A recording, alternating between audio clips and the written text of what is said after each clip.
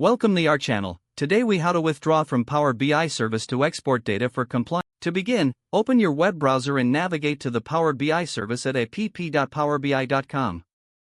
Sign in with your organizational account. Once you're signed in, locate the report or dataset you want to export data from. Click on the report to open it. In the top right corner, find and click on the icon, also known as the More Options menu. From the drop-down, select Export Data. A new dialog box will appear with options for data format. Choose the format you prefer, either .csv or .xlsx, depending on your requirements. Once selected, click on the Export button. The data export will begin, and you may see a progress indicator. After the export is complete, the file will automatically download to your default Downloads folder. If you are exporting from a dataset directly, navigate to the Datasets section in your workspace. Locate the dataset you wish to export. Click on the icon next to the dataset. In the drop-down, select Export Data. As before, choose your preferred file format and click Export.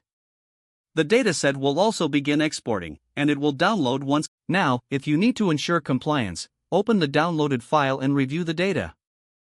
Make sure the information aligns with your compliance requirements. Save the file to a secure location for your records. If required, close the Power BI service and log out to maintain security. You have now successfully exported data from Power BI service for compliance purposes. If the page does not load, refresh the browser or try again in a private or incognito window. Make sure you are using the correct email address, then retype it carefully to avoid small typos. If your password is not accepted, use the reset option and create a new strong password you can remember.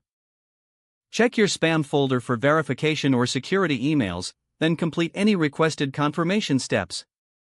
Enable two-factor authentication if available to improve account security and reduce unauthorized access risk. After signing in, review your profile details so your contact information and settings are accurate and current. If you see an error message, note it down and try again after restarting your device and internet connection.